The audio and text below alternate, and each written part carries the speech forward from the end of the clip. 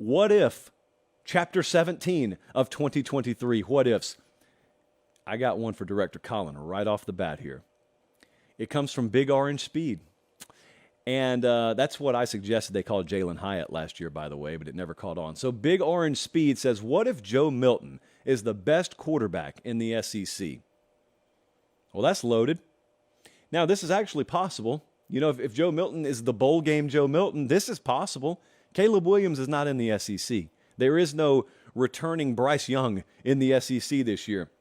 So if this happens, it crystallizes Josh Heupel forever. It makes him like Southern Lincoln Riley, where, you know, no matter who the quarterback is, he did it with Hendon Hooker, now he's done it with Joe Milton. It's just going to be that way indefinitely. And if you go back and you look, if you want hope that this is going to be the case as a Tennessee fan, Hendon Hooker in his 2 years at Vatech was a 22 touchdown, 7 INT guy. I got to make sure my handwriting's correct. Yes, it is. His 2 years at Tennessee, 58 TDs, 5 interceptions. That is the offense there. So what is it? Is it a system thing? Is it a player thing? We're still kind of too early to know. We're showing video of the bowl game there. Yeah, that bowl game, 19 to 28, 3 touchdowns. It was a fun time. We've been fooled by bowls before. Also, bowls have been telltale signs that should indicate what to expect. We don't know. That's the point.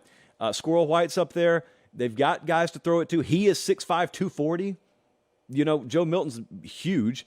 And so, boy, if that does happen, and this is what if for a reason, if that does happen, Tennessee could win the East. I didn't even talk about that. They could win the East. Georgia's got to go there.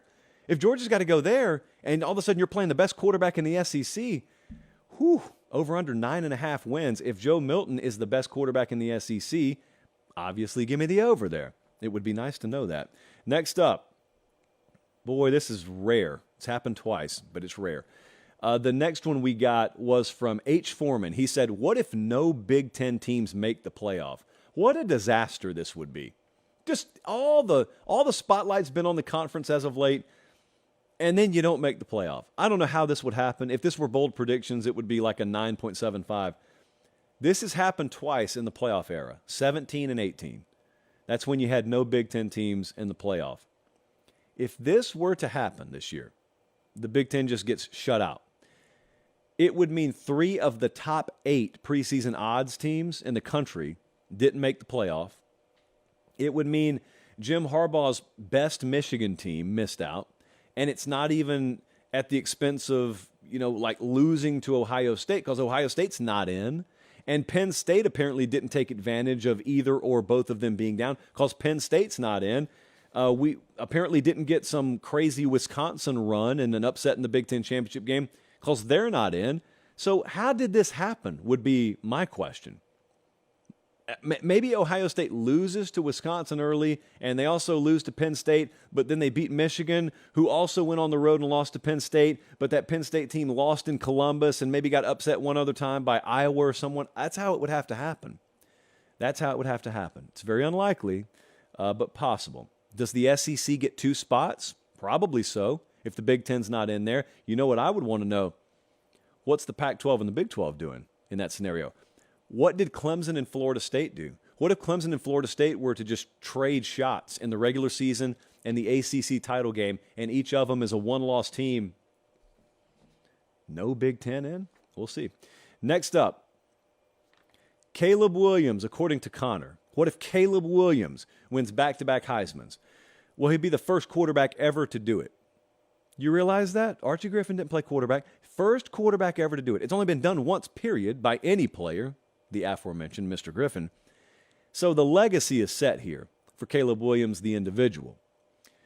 I don't even want to talk about that. My mind goes to, what did USC do?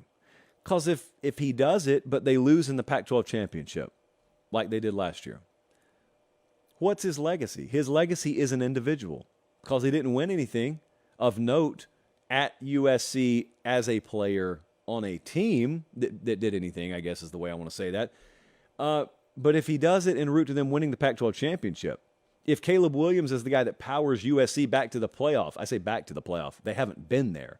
If that's part of his legacy, and then that's powered by back-to-back Heismans, that's a huge deal. Also for Lincoln Riley, this would give him 4 Heisman winners out of the last 7.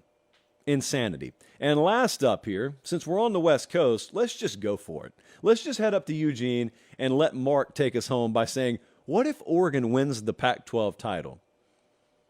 Well, what did Bo Nix do to win it, Mark? That's my first question in this little scenario. What did Bo Nix do? Did Bo Nix get himself in that Heisman conversation? Speaking of conversations, I told you guys, out in Eugene, they firmly believe convincing him to come back is one of their biggest recruiting wins. Yeah, convincing your starting quarterback not to go to the NFL draft. You can laugh at that all you want. You're the one who looks kind of foolish, by the way. If you're laughing at the idea of Bo Nix being a really, really high-caliber quarterback right now, because you're still thinking about him at Auburn. You don't need to. He's got a whole year of film at Oregon now, and it was pretty darn good, and I think it'll be even better this year. So they got him there. This probably means if they win the Pac-12, it probably means that defensive line recruiting we've been talking so much about with Oregon on this show is starting to pay off. Transfer portal, ditto, starting to pay off. Also, how many losses? Are they out there winning it? Are they just the best of a bunch of banged-up cars out there? Or is it a one-loss Oregon or an undefeated Oregon? Because that obviously has playoff implications on it as well. And then you would also start to be talking about Dan Lanning's stock continuing to rise. Already just signed a new deal, so things would be good in Eugene. Who did it come at the expense of? That's what I would want to know.